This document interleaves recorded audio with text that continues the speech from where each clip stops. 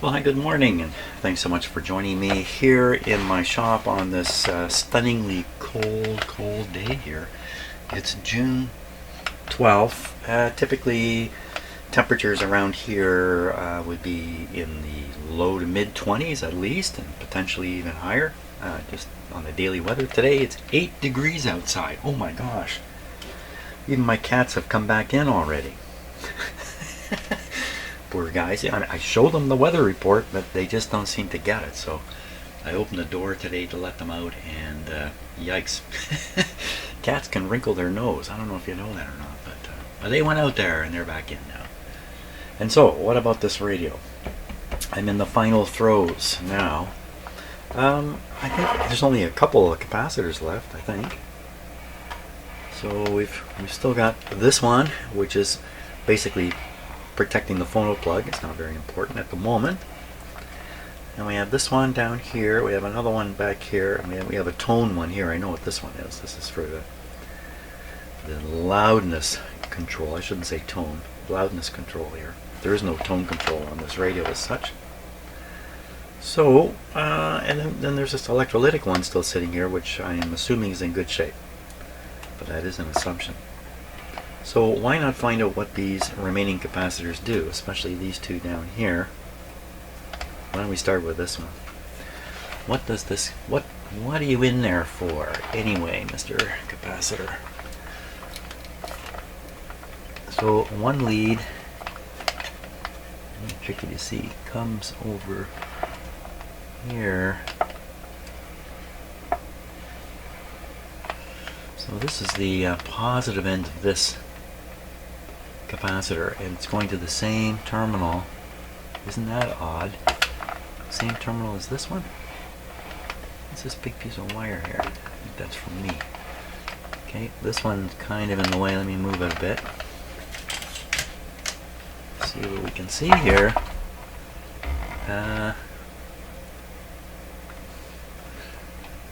So this capacitor is connected to two terminals on this tube. One terminal is 1 and the other terminal is 7. 1 and 7. 1 and 7. It looks like a point, looks like it says 0.022 on it. 1 and 7 of the output tube. Pins 1 and 7 of the output tube. Let me write that down. I'm going to look at the other capacitor. You only have to make one trip to the schematic then. I can just make a little note here.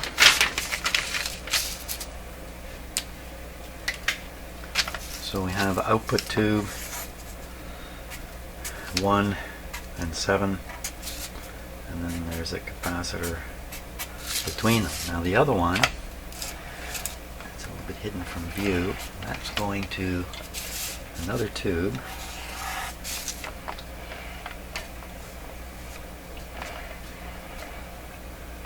It's all by its lonesome. No, there's a resistor on the pin also, and that's pin number, interestingly enough, pin number 1. So pin number 1. I'd say 1 when it's actually 7. Is that what I just did? No, it's pin number 1. Let's put it in the right spot. Pin number 1. Something like that, and then it's coming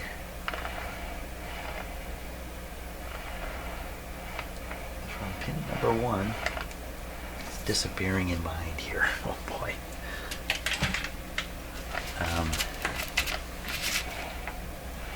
Whole pile of stuff. Wait a minute. Let me finish that. Just 1 second here.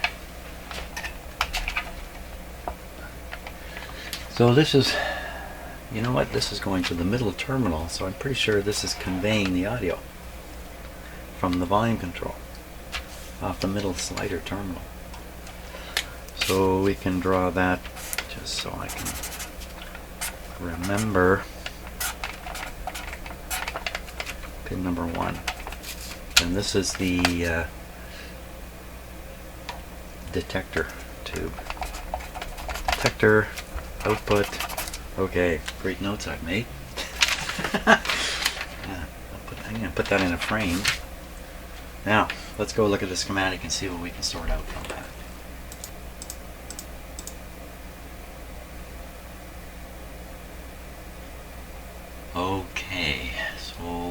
looking over here. There's an 022 right there between pins 1 and pin 7. Ignore the 5, it's really a 7. So that's what that is doing there. And the other one was coming off the volume control, so it's this one here. 0.01 right here. So, you know, if this guy's not doing a good job, yeah, I won't say too much. Obviously, if it's not doing a good job, bad things will happen. I mean, that's about as much as I'll say there. But so that's what they are. That one and this one. Okay, not much else to say about that.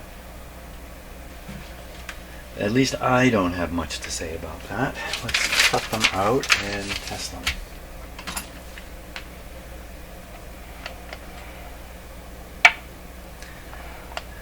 I think I'm going to do these.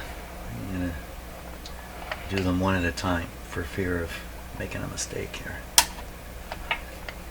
Cut this out and leave lots of leads.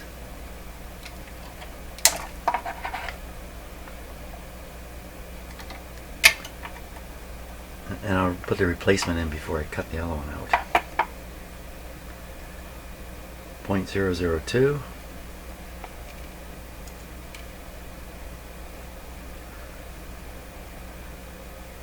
Made in Canada, type 684. It's got 1.54 written there. I wonder what that's for. I wonder if that's a date.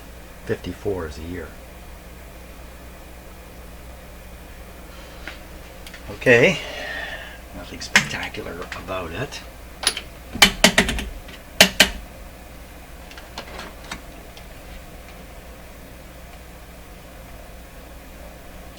Actually, you can see the seal here is given out around the edges. You know, after this length of time, and this one's actually got a chip out of it there. Looks like a chip or some kind of damage, so I mean, it's not properly sealed. No surprise. But maybe that'll make it worse than the others I tested earlier, which seemed to have pretty good wax covers on them. All the other ones survived the 50 volt test. Let's see if this guy does. Oh, he's just popping open like it's not even there. So, I mean, that's behaving like a brand new capacitor. Let's see if I can make this a little more visible on camera. Can you watch the eye? It just, boom, right open again. Okay, 150. Oh, you know what? This almost looks like a... So, when it's this good, it's bad. I think maybe this is an open capacitor. That's pretty interesting. Because it should take a moment to charge up. This eye should close and then come open again. It should take a period of time, but it hasn't. Well, let's measure the capacitance of this. It's supposed to be a 0.022. Let's see what happens. So 0.022, I think it's on this scale. But it appears there's nothing there. Oh, there it is. But I'm right at the end of the run here on the instrument, and when you get down towards the end here, it's pretty questionable what it's doing. 0.022. Yeah, it's got to be on this scale.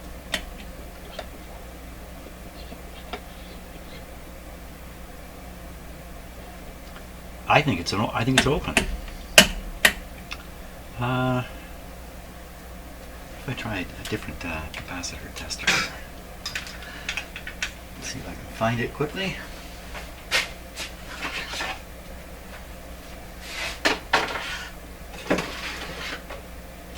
Okay.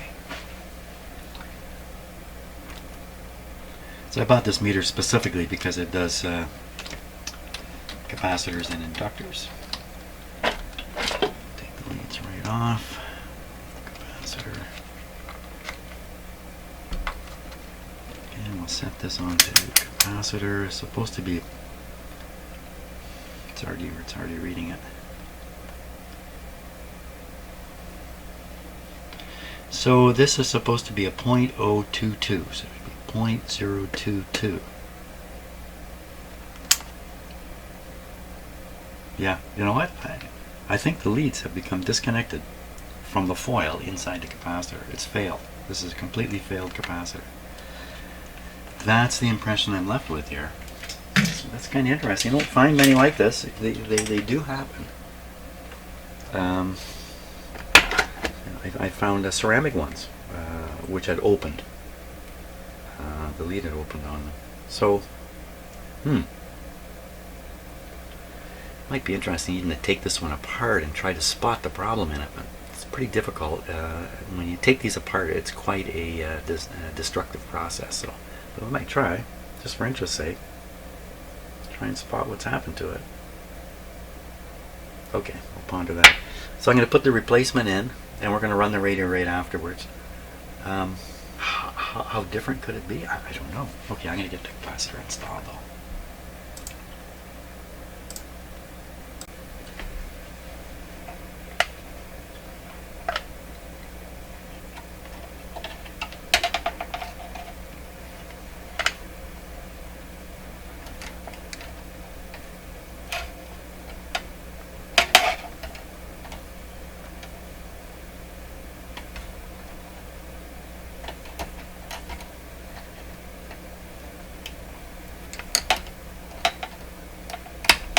Okay, that's one end in there. Now the other one.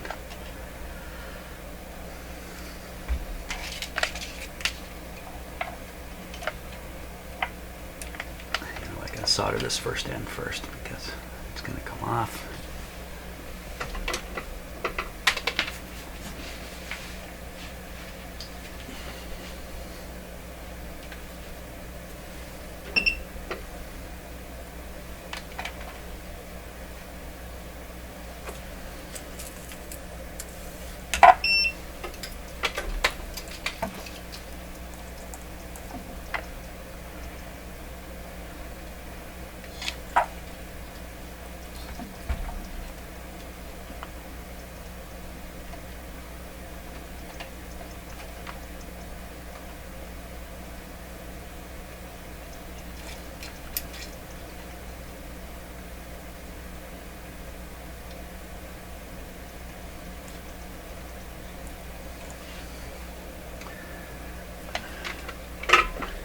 Sure how good I got that. Well, it's on there. Okay. The other end.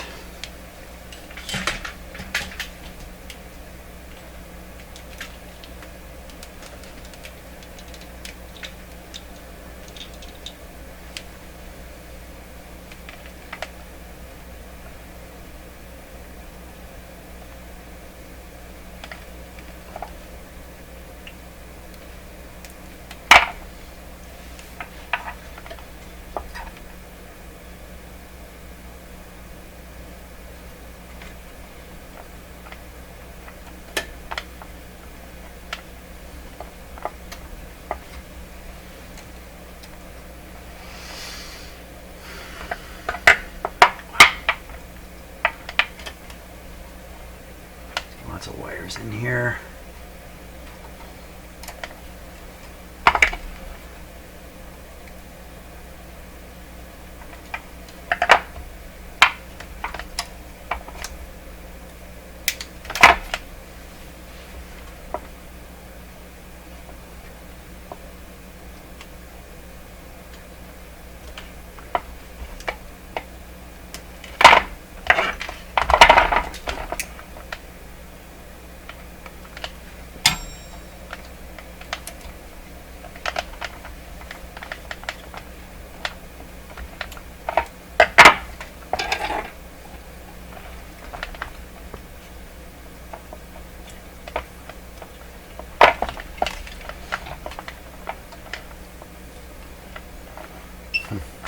Wow. Now one of the parts that's in the way is one of the capacitors I plan to change.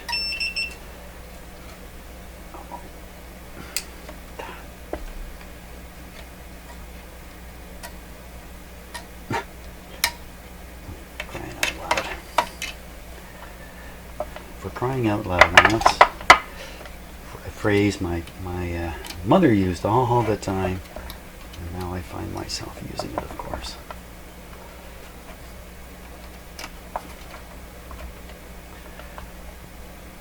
Okay, making sure I go on the right terminal here. Gravity's not helping. Hang on a second, I can do this way. Hang on a second. I'm practically killing myself there. We can do things a little easier here. Oh, this is going to be a lot better. Oh yeah.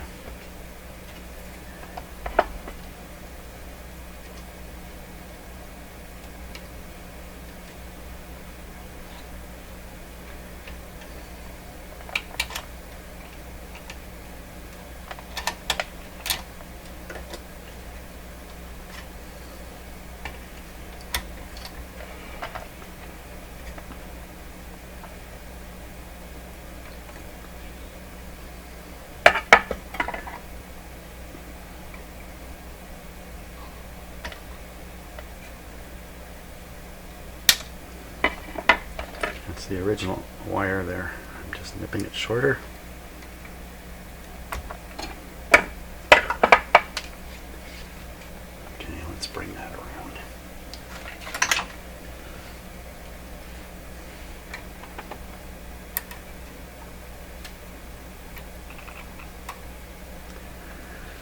So sound just came out of the speaker while I'm doing this. So there's no power in the outlet at all. Yeah, there. I don't know if you heard it. It was quite subtle. Scratchy sounds come out of the speaker.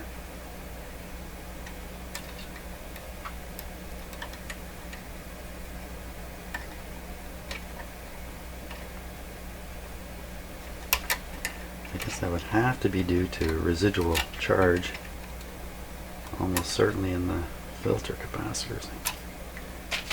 I really can't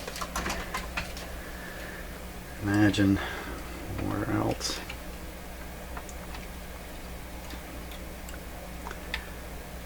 It made me hesitate for a minute. I thought, oh my god, the radio's on.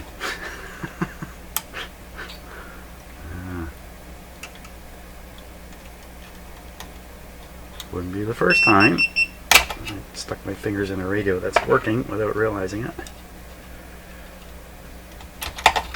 I think I can solder that as it is. Soldering iron's yelling at me. Let's make them happy. Do your thing.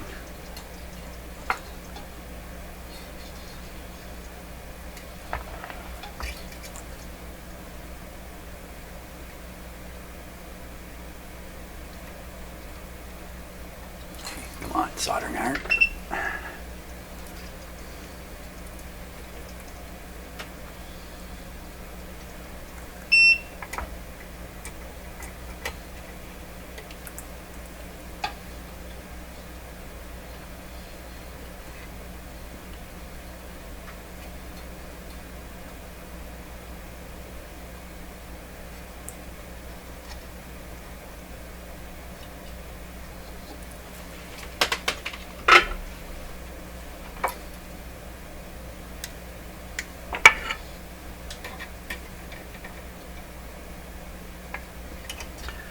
So this is the capacitor. I think it's essentially across the primary side of the output transformer. I believe that's what it is. And it's in all radios, or nearly all radios. I'm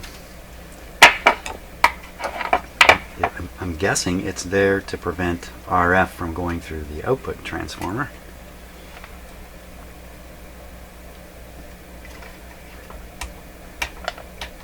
I think it just needs a little more solder on this side too. So if the capacitor is defective completely, as if it's not there, what do you think you would hear? You're obviously not going to hear any RF come out of the speaker. So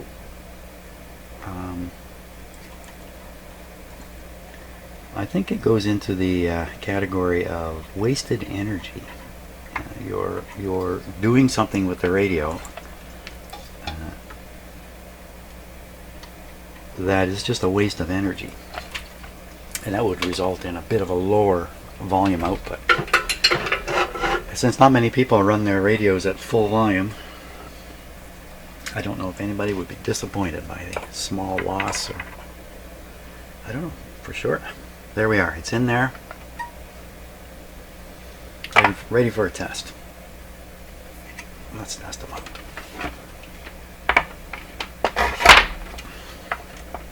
Switch is off. Plug back in.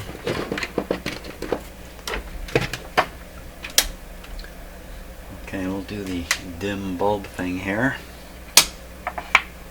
Just get these tools out of the way. Never good to have too much stuff on your bench. Too many things for your eyes to look at. Okay, ready? I'm ready. There we go. Dim bulb behaving quite normal. Full power.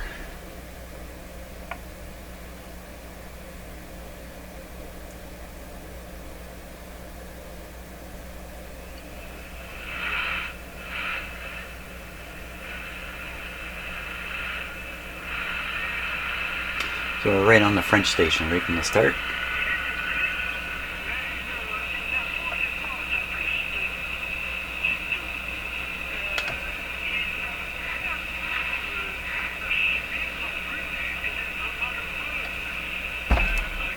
Can't say I can tell any difference whatsoever. I wouldn't expect it anyway. As I said, I don't think this capacitor does something you can really hear. Now we're down to one last one. That's the one that conveys the audio. Obviously, audio is making it from the radio into the audio circuit, so it can't be a complete dud. It's also hidden way under here. Okay, let me cut it out and we'll test it. And then I'll replace it.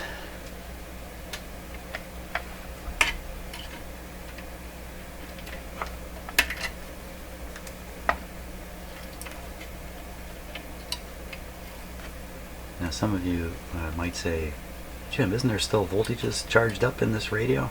You stick your finger in there, you can get a shock. You know, the answer is yeah, probably.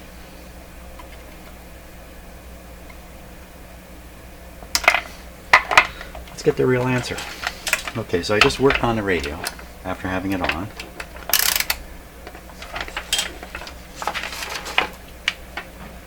The radio itself is switched off, which might have something to do with how fast the capacitors drain. Here's the capacitors. Let's check them. Watch the meter. It may only show it for a short while.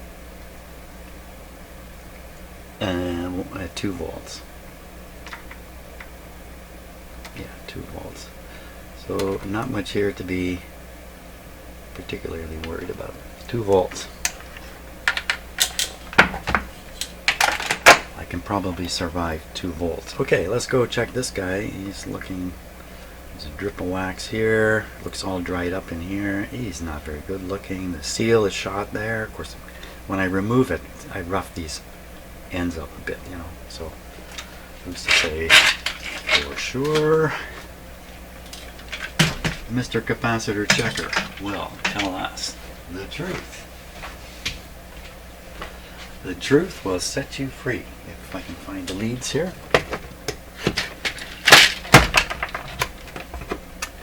When I was in grade 7 and 8, I rotated through the same classroom where I was taught English literature and stuff like that. And in that classroom there was a sign. And it never commented on by the teacher. It just was a 8.5 by 11 sign propped up along the side of the classroom. And it said, "The truth is still the truth, even if it hurts." As I say, the teacher never said anything about it. 2 years in this classroom, seeing that sign every day, it's in my head 100%. And I agree. The truth is still the truth, even if it hurts. So we gotta toughen ourselves up for truth. Ready? 50. Truth of what? Here it comes. Now that seemed to open in a normal way. Let's see what it can do with 150 volts. It cannot open. So this is, all these capacitors have tested essentially the same, except the last one, which appeared to be have an open lead in it. They've all tested.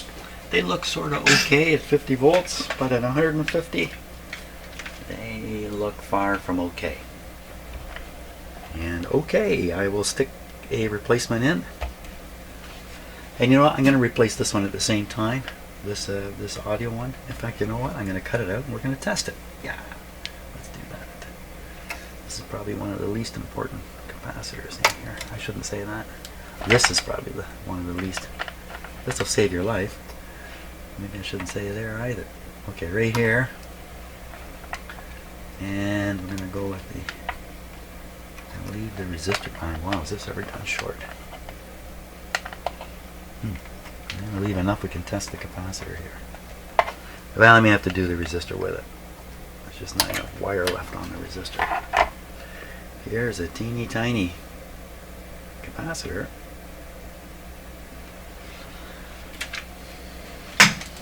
Give them a go.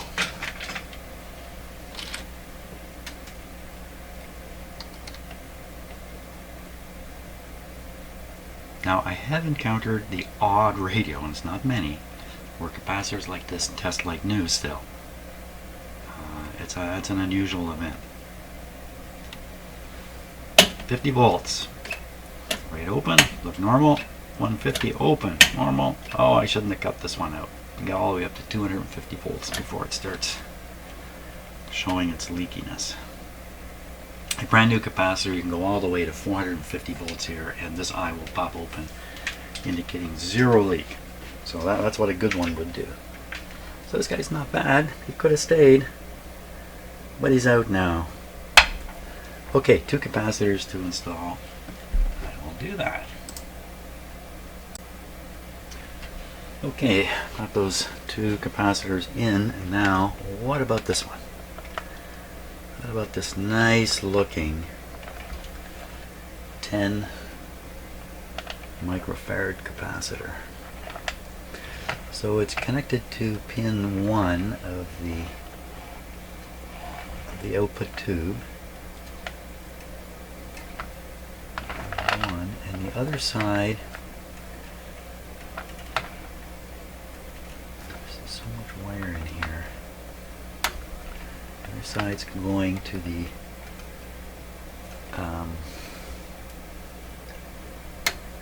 I think the grounded terminal of the volume control. Ground side of the volume control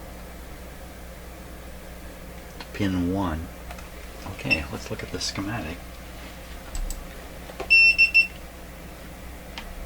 Okay, pin 1. So there it is right there.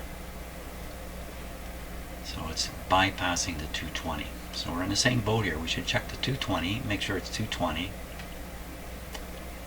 And then you know what, if I'm gonna do this, I can probably disconnect one lead on this capacitor and we can measure it and see what it's up to. The 220. Let's check the 220 and we'll go from there. Okay, finding the 220. It's going to be, so this looks like red, brown, or red, yellow. This is something else.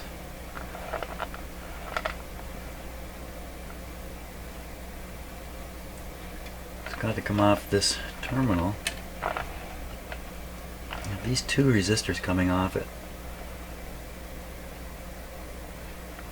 It's pretty small. Usually a cathode resistor is a higher wattage one than that. It really does look like red, orange. Let's look again at the schematic and see if we can spot. So that's a 47, that's a 470 I think, or a 500,000 here. Oh, it's right in parallel with the other one. Wait a minute. Am I seeing this right?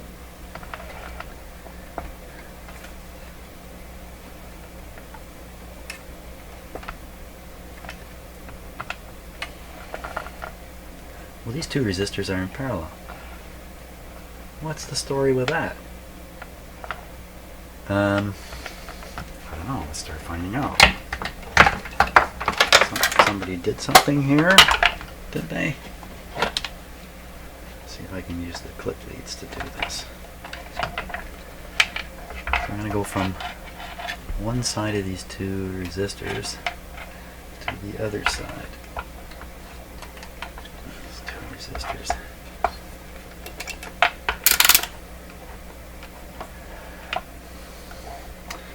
$300 ohms.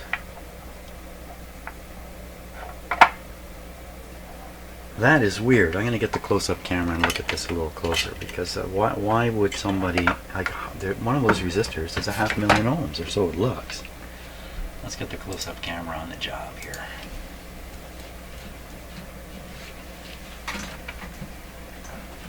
Okay. Well, this isn't going to work well. I'm going to have to fix the focus here. So give me 1 second. It's going to take just a moment.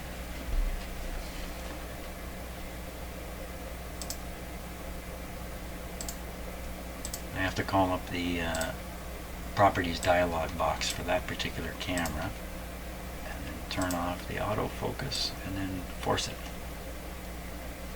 myself. And there we are. Okay, now these are the two resistors I am curious about that I just measured at 300 ohms. So it really looks like yellow, purple, yellow. That would be 4700K or 470K. The one beside it, that's probably the original. What the heck did he do? Now, are these really going to the same terminal? Sure. Really? Are they really?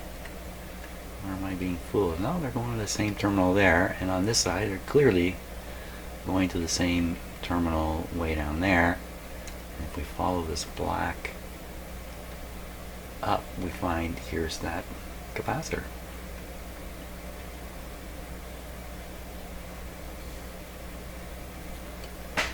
Well, far be it for me to explain what happened here. I'm going to have to pop those two out, stick a 220 in there, and it's quite the solder strike on the insulation to that wire there. Take these two guys out and put a proper 220 in there. This, wait a minute, these are the, I shouldn't tap the camera, should I?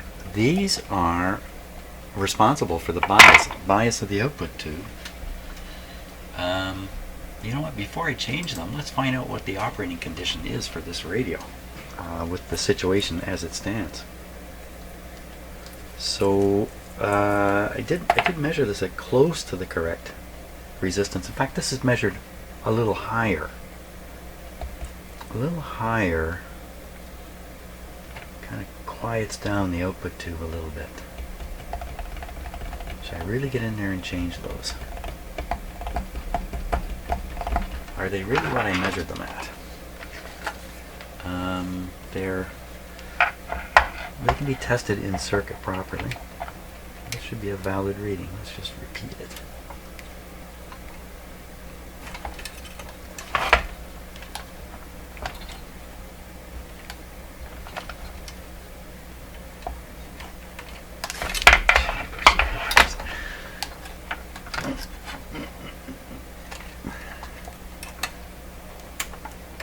Come on. There. Okay. Believe it? Oh, what are we getting now? We're getting something totally different now. So, what have I done? Boot this up. Did I boot this up? That's definitely on the... I've shorted it a little too far. There we are. 274 this time. What happened to the 300? If I wiggle these guys.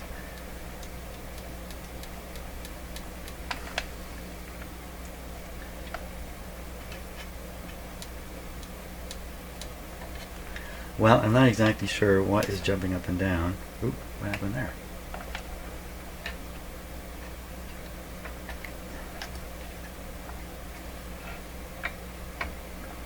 a sudden we're over 2,000 because I'm not on the right spot. I'm not on the right spot.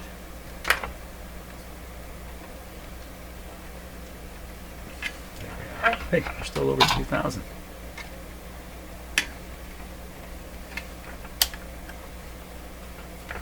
My lead break. How about the lead's not hooked up? That would be the reason. Oh, don't put your fingers through the speaker, Jim. This is when bad things happen. When everything starts going haywire. Then your finger goes through the speaker. Okay, we're on there now. These short leads aren't doing me any favors. 280 ohms now. 280 instead of, what was it, 220? Nothing moving around this time, so I think well, it is moving around a bit. Spend more time poking around than I would spend if I just replaced them. And I think you just said that, didn't you? So, might as well replace the two of them. I don't understand why there's two there. Why in heaven's name would there be two there? Well, I know what we'll do. We'll cut them off and then test each one and see what's going on there. I'm still unsure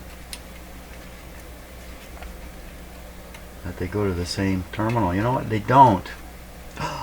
There might have been a short circuit there. Oh my gosh. Okay, so that makes a lot more sense now.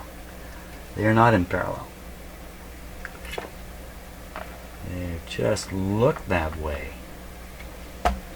Okay, let's read the resistance again. They can only have, if they were shorted, which I don't think they were, because I don't think the radio would work with a short right there.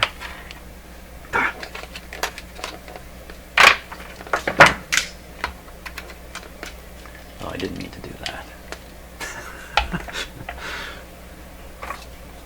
You get angry, you take it out on the camera, video camera.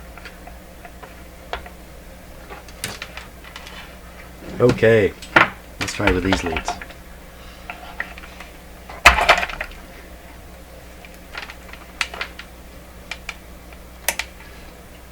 Red, and this must be brown, even though it looks orange.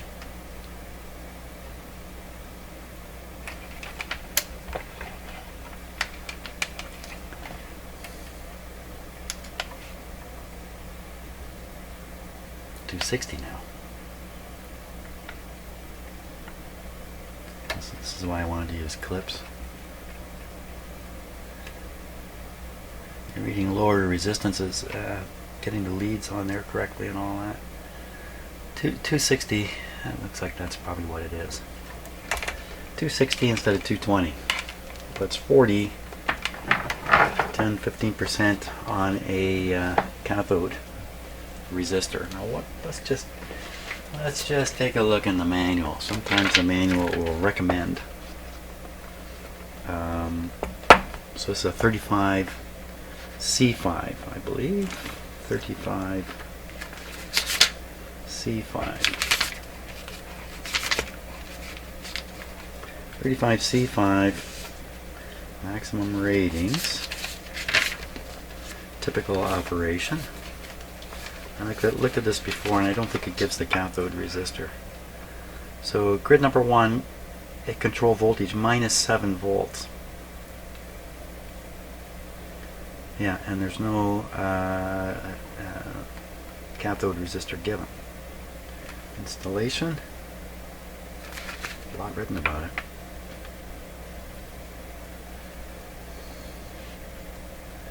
The operating values shown under typical operation have been determined on the basis that grid number 1 current does not flow during any part of the input cycle. Which is why they're saying set it up for a bias of 7.5 and don't feed it a signal greater than 7 for obvious reasons. So 7. So why don't we operate the set and see what shows. See what shows. Switch is off. Everything is safe. Radio's on its side, but I don't think it cares much.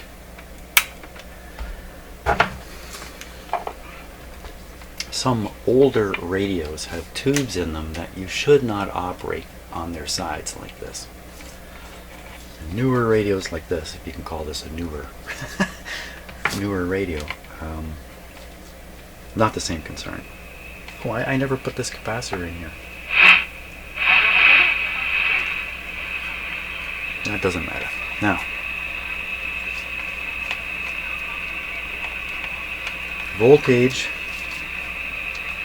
between the grid of that tube and the cathode, or just the cathode resistor voltage will tell us the story. So let me get on here, go here. Are we on volts? No. Let's try it again. Here and the other side. I saw 6.8 there for a minute.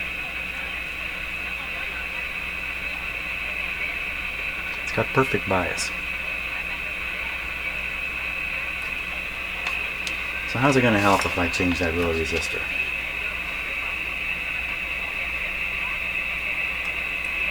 I don't think it is. Now the bias in the book is given based on a certain B+. Let's just take a quick look. Again, I didn't really notice that. 35 C5. Typical operation, plate voltage. Oh, 110. That's roughly what it is in here, too. Okay, so I think that's good. I think I'm going to leave that little resistor there. Well, what about the capacitor? You cannot test it without taking it out of the circuit. It looks beautiful. Radio's working. Bias correct. I'm going to leave it. One of the things I need to keep in mind is this radio is only worth so much money, and it's not a lot. And I best not be putting too much money into it. So, functionally, I think it's ready for alignment. Let's play it. I'll do the alignment tomorrow, not today. Okay, Mr. Radio, all your capacitors are freshened up. Look what I took out of you, all that stuff. You're out. There's even a couple more over here. That's a lot. That's a lot of capacitors. Here we go, starting with the French station.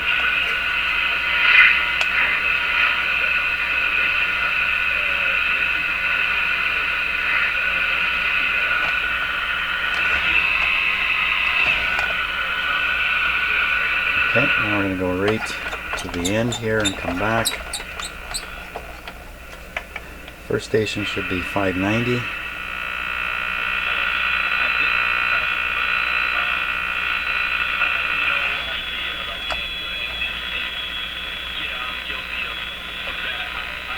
The fan, 590. Okay.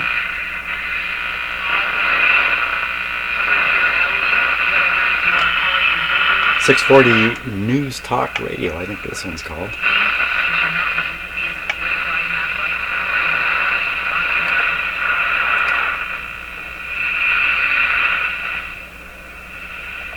Oh.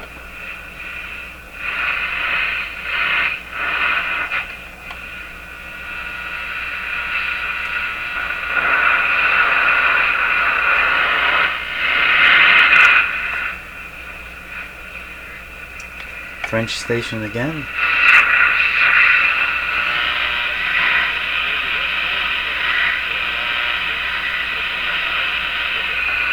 And then let's just see what else is on this.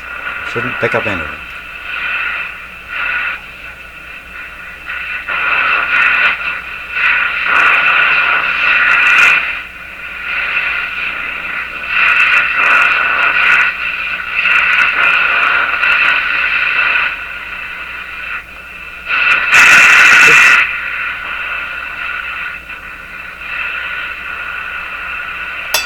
Nothing. And let's just check for this short that's supposed to occur when we reach all the way here.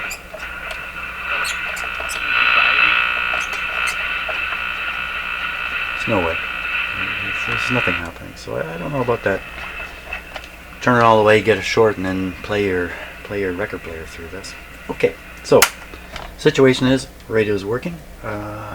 Probably will benefit from a tune-up, which we will do tomorrow. And I think that'll be it for this radio. So I'm pretty hopeful after a bit of a tune-up, it's going to come really good. Maybe I'll spend a lot of time tuning this guy up. He's got the extra RF tube.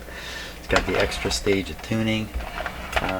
It should be a top-performing radio. Okay, so thanks for watching, and have a great day. I'm going to go have a great day now, too.